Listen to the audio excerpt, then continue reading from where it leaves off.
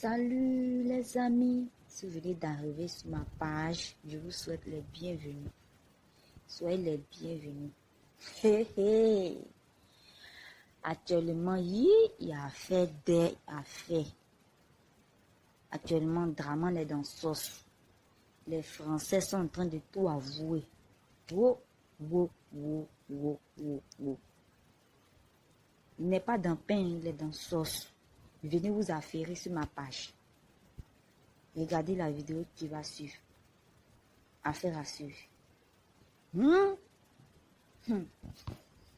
Il semble que la France, comme d'autres puissances, a envie de se positionner pour partager le grand gâteau nigérian, disposant de gigantesques réserves de pétrole et d'hydrocarbures en général, principalement situées en mer et qui nécessitent d'être sécurisées avant d'envoyer les entreprises françaises les exploiter, car cette zone est l'une des plus fréquentées au monde par des pirates. Les ambitions de la France en Afrique ne manquent donc pas, tout comme elles ne manquaient pas hier. Et les accords de défense d'hier étaient le prolongement de la France dans ses anciennes colonies par le biais d'une présence militaire de Paris sur place, disposant en échange d'une protection du régiment politique, de la formation des cadres militaires et de la fourniture des armes, d'un monopole à l'accès aux ressources naturelles. La présence militaire française en Afrique a perduré au-delà de la colonisation du fait de ces accords. La France est intervenue 60 fois dans 24 pays en 60 ans. Pour le plus grand bien des potentats africains et pour la préservation des ressources naturelles jugées indispensables à l'économie française. C'est ça, la France-Afrique. Et tout cela perdure malgré les vœux hypocrites de chaque président de la République française d'en finir avec les liens opaques qui unissent la France et les dirigeants de ses anciennes colonies. Et si d'aventure un pouvoir africain montre ne serait-ce que quelques velléités d'indépendance, comme cela a été le cas en Côte d'Ivoire à l'issue des élections de l'an 2000, l'assurance vie de la présence militaire française se transforme en facteur de déstabilisation et d'affaiblissement pour ce pouvoir. À ce sujet, permettez-moi de vous interroger sur le rôle exact de la France dans le bombardement de Bouaké en 2004 et des événements qui s'en sont suivis, Madame la Ministre. Je note à ce sujet que, dans la procédure concernant le bombardement, la juge d'instruction Sabine Kéris demande le renvoi des ministres de l'époque, Dominique de Villepinte, Michel Alliot-Marie et Michel Barnier devant la Cour de justice de la République. Avons-nous affaire à une barbouzerie qui a mal tourné et qui, cette fois-ci, mêlerait le sang de nos soldats avec celui des citoyens ivoiriens? Comptez-vous ouvrir les archives pour qu'enfin éclate la vérité dans cette affaire? Toutes ces méthodes sont d'ailleurs les racines de l'image déplorable de la France sur le continent africain et la raison de notre manque de crédibilité en Afrique. Avec le passé, qui est le nôtre, c'est le principe de non-ingérence qui devrait être la ligne de conduite pour notre pays, qui, parmi d'autres, a commis les pires crimes et les pires horreurs sur le continent africain. Il lui a pillé ses habitants, ses ressources, son argent. Et cela continue depuis des décennies. Il faut que cela cesse. Ce n'est pas le chemin que prend la présidence de Macron. L'habitude coloniale de la France est encore largement préservée dans certains pays d'Afrique, comme nous avons pu le voir encore en 2019 au Tchad, à Djibouti ou en Côte d'Ivoire, pour ne donner que 3 exemples.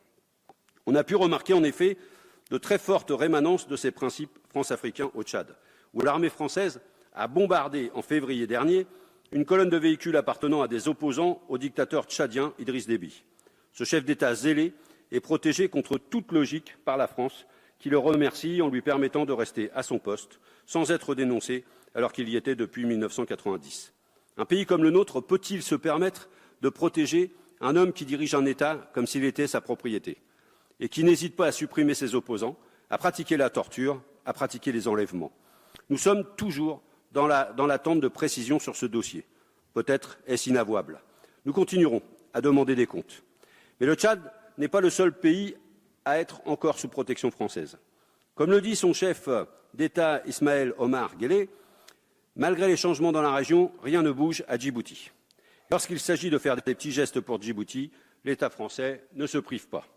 Récemment, Mohamed Kadami, un opposant djiboutien disposant du statut de réfugié politique en France, a été mis en examen et risque d'être renvoyé à Djibouti au mépris du droit français pour satisfaire le régime djiboutien, voire même pour l'échanger avec un prisonnier djiboutien qui aurait un rôle dans l'affaire Sarkozy-Kadhafi.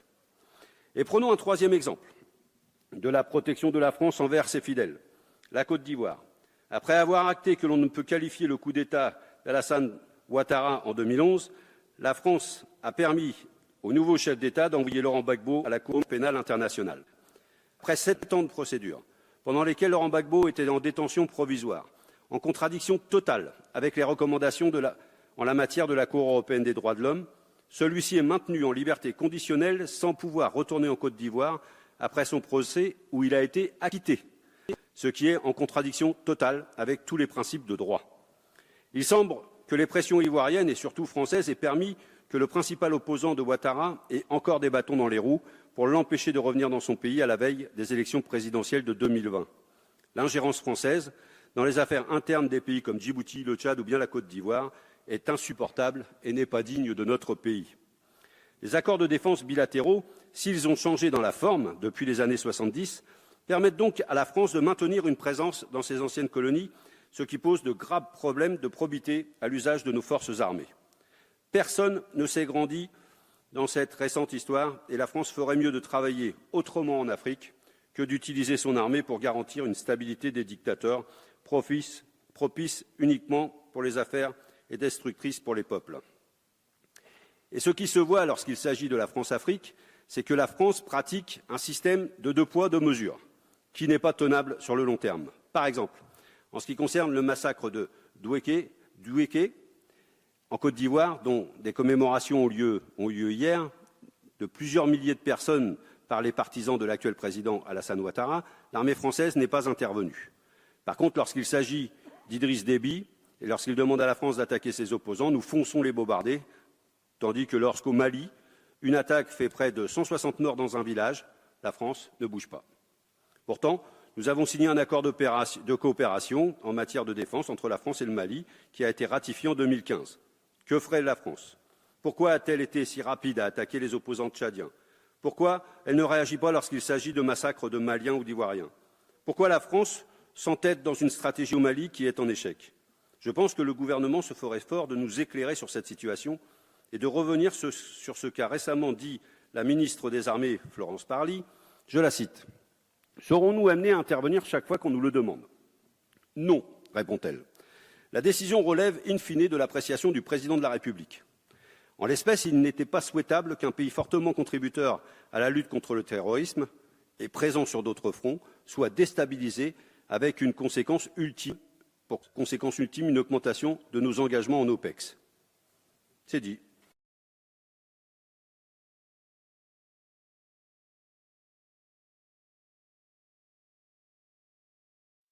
Juste à l'entrée, les forces onusiennes veillent sur un quartier fantôme. En effet, les 28 et 29 mars dernier, les massacres ont fait fuir les habitants de ce quartier guéré, saccagé ou brûlé par leurs bourreaux.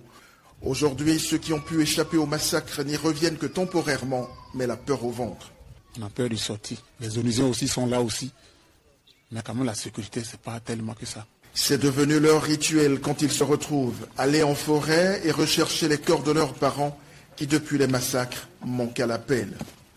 Dans la forêt ici, lors des événements, tout le monde était rentré dans cette brousse. Et quand nous sommes ressortis, il y a beaucoup qui ne sont pas encore rentrés. Et de nouveaux corps, ils en découvrent très souvent, comme ce matin. Pépin a pu identifier une partie du squelette de son oncle par l'habit qu'il portait le jour de sa disparition. C'est son crâne qui est perdu. Je suis en train de chercher. Un peu plus en profondeur, il découvre le cadavre putréfié de son beau-père, qu'il identifie aussi par ses vêtements. À la maison, c'est cet habit-là qu'il portait. Dans cette petite église du même quartier, des hommes, tous des guerriers, ont été massacrés et brûlés. Mais la présence